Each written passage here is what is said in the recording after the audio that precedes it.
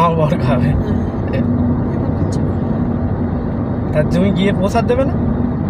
যাই দিই প্রসাদ দিয়ে যাই দিই সে আলাদা চোখটা থাকবে তখন তো বলে আনতে বলতে পারবে না একবার 500 নিয়ে গেছে শুধু চোনার জন্য? হ্যাঁ, সে তো ফোন করেছিল। ওসব আর কিছু নিতে পারবে না, আর আম পাবে না।